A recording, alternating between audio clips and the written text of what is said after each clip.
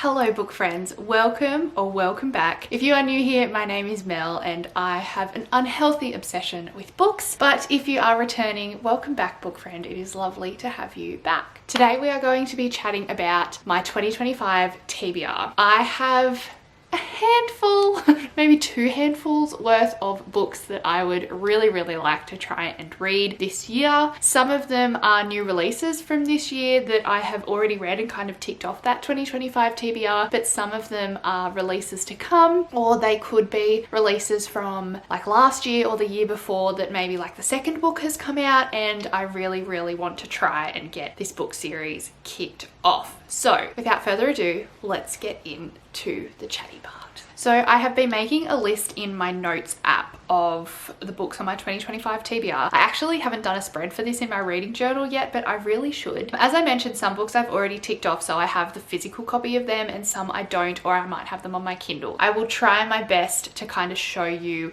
the books as we go. Number 1, I actually purchased today, and I'm so excited to read this book because I have read all of this author's books. So the first book on my 2025 TBR is Swept Away by Beth O'Leary.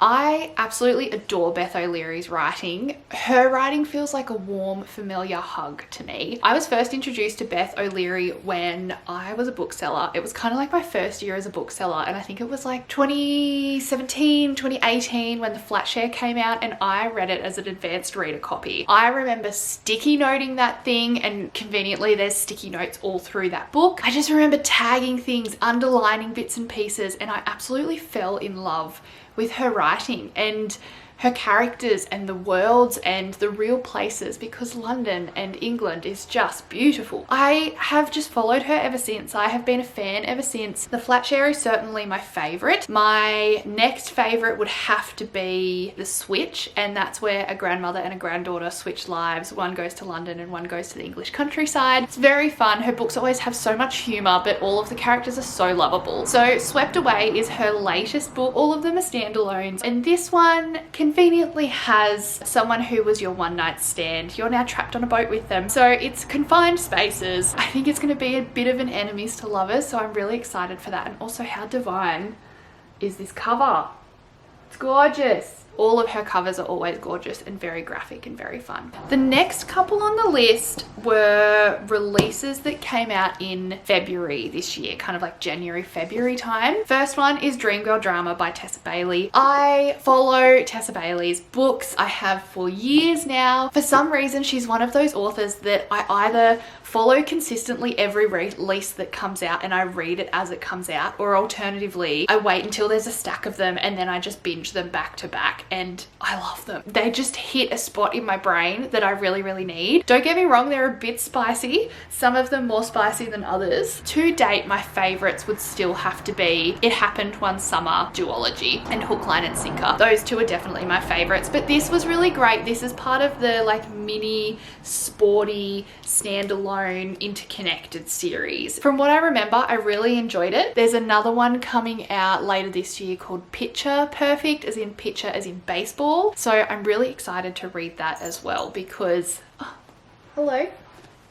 So I'm very excited to read that as well because I'm just a fiend for them. I'm obsessed with them. These come out usually during kind of our summer or spring here in Australia, which is really nice because that's usually when I'm reading romance, because I'm very much a mood reader. Straight after I finished this, I picked up Beg, Borrow or Steal by Sarah Adams. This was another one that was on my 2025 TBR. I also love Sarah Adams and I love Rome, Kentucky, where this is set. We have, what, 1, 2, 3...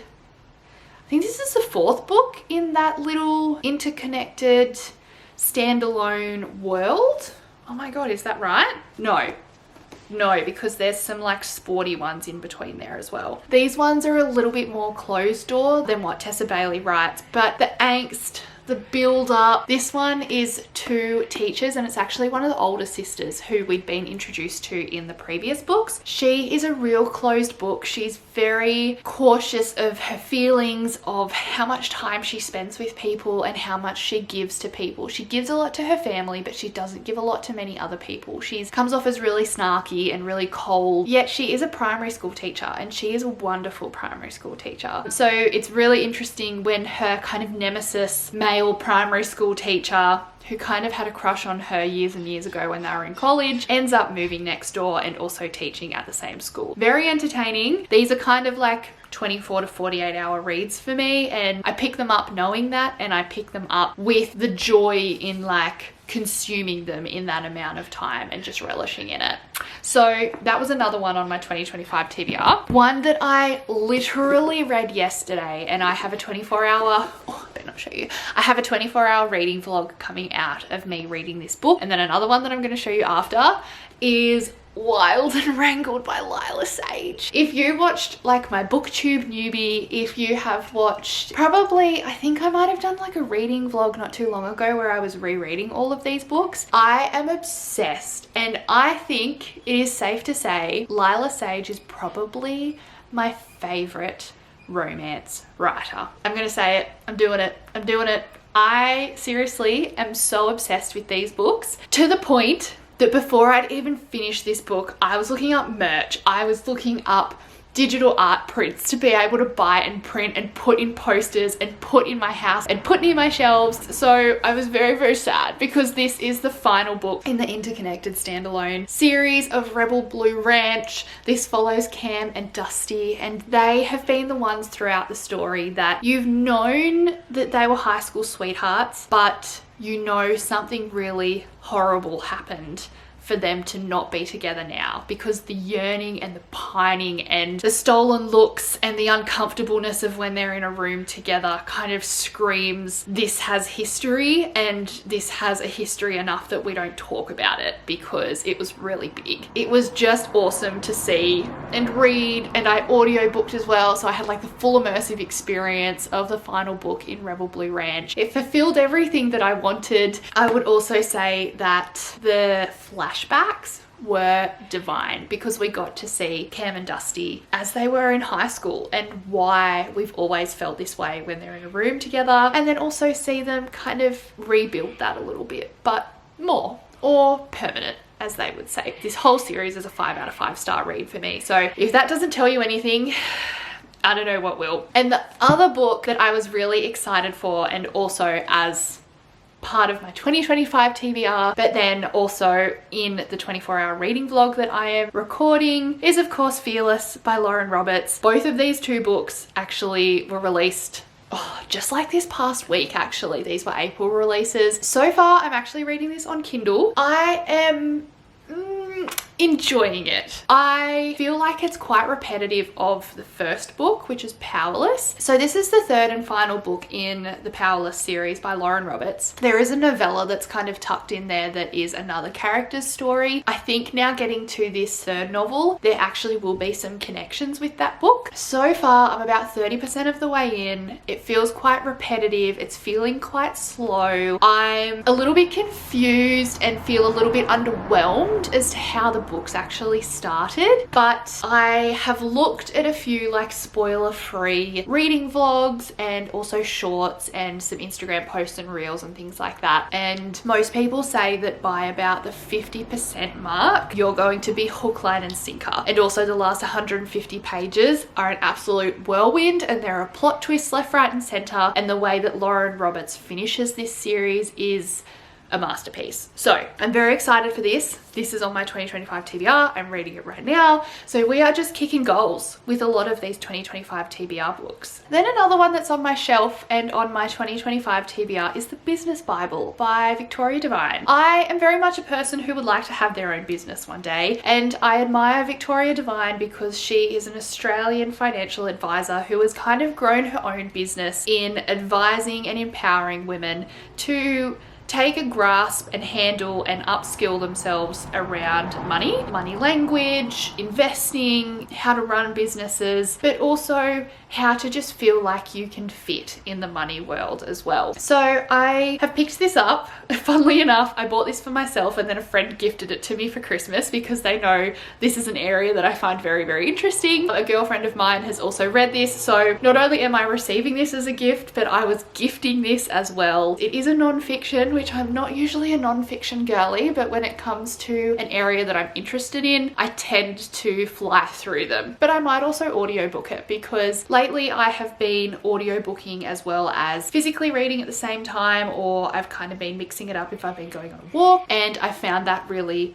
helpful. But I think I will certainly have bits that if I'm listening to this on audio, I'll want to come back to a physical copy and highlight and annotate and make notes and all that type of stuff to how it applies to my business ideas and models that I have in my mind. The next two books should not be a surprise to anyone if you have watched my BookTube newbie video or if you have known me for a while and know my reading style, but they are the new Cassandra Clare series, which book 2 has recently just come out. Book 1 came out, probably nearly 2 years ago, I'm not gonna lie. I have not started these. I have not started this. I have not started this. You need to read this before you read this. The series is called The Chronicles of Castle Lane. This is more adult for Cassandra Clare. I'm not in front of my fantasy piles, it's on another bookshelf, but I have read many Cassandra Clare books. I started out reading the Mortal Instruments when I was about 15, 16. That was kind of around the same time that I was discovering Sarah J. Maas. Then I have read the Clockwork series. I've read the Dark Artifices series.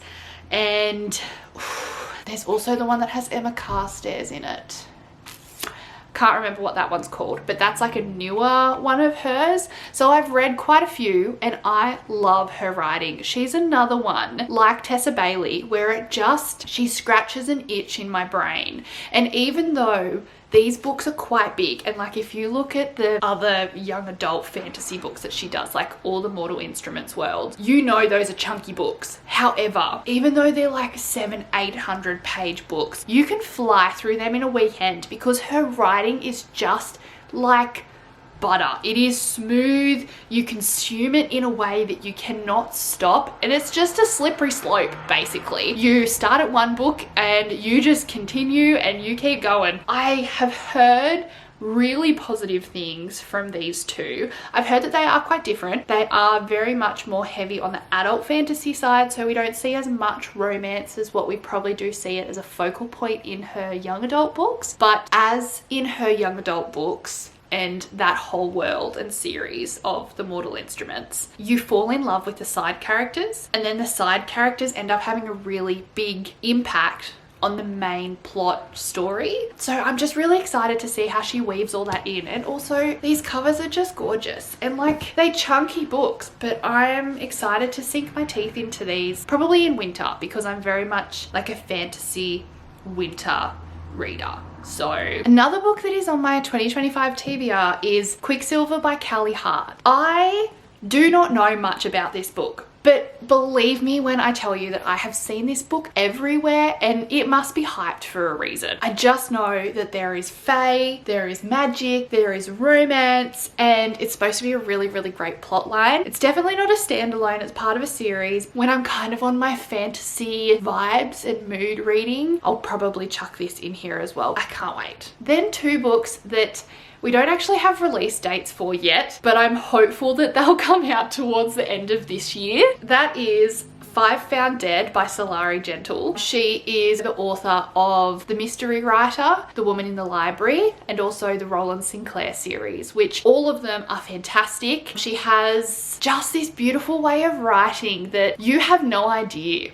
what the end of that story is going to be. You have no idea why certain characters have the motives they do until you start to get towards the end. The way I'm framing that makes it sound like you kind of don't know what's happening through the book. let me tell you, they are addictive even until you get up to that part. And then it just starts all meshing together. It ends up being these fantastic crime novels. And I think part of that is because knowing her and having the privilege of interviewing her, she is a pantser, which means she actually doesn't know the ending as she's writing it. There is a way that she is just writing as that story is coming out. It starts to flow, and this magical part of her brain puts it all together, which many authors do, but let me tell you, she does it so well. So Five Found Dead, I know, is her next release. I'm pretty certain it's coming out kind of September, October time. I'm definitely keeping my ears and eyes peeled for that. And another one I'm so hoping comes out this year is the fourth book by Penn Cole, which is part of the Spark of the Everflame series. I devoured these books late last year. Spark of the Everflame, Glow of the Everflame, and Heat of the Everflame. Let me tell you, they are chunky, but I read them all on Kindle and I devoured them. When I say I have not enjoyed a book series like that since kind of like Throne of Glass, the plot, the characters, the world building, and having a main character and living through their eyes, seeing things evolve as they evolve for that character. There isn't like any other narrator coming in kind of telling you, and this was happening at this time and this is how it all connected. It really is through that character's eyes. They are learning things as we are learning things, and it makes you feel so immersed in the story. The main character has what we thought just one power, but the powers continue to grow as they continue to know more about themselves. The world just keeps opening up, and the deception, it's just, she has this like band of people around her who are there to support her and love her, bit of found family. It's just divine. So I'm very hopeful that book 4 comes out this year, but I have a good feeling it's going to be 2026. So these are some of the books on my 2025 TBR pile. I hope you have enjoyed watching. I hope with my rambling that I may have convinced you to also add some of these books to your 2025 TBR pile. I can tell you that from what I have read so far, they are so good. Please tell me in the comments what books are on your 2025 TBR pile, because I would love to know, and I look forward to seeing you in the next one. Bye!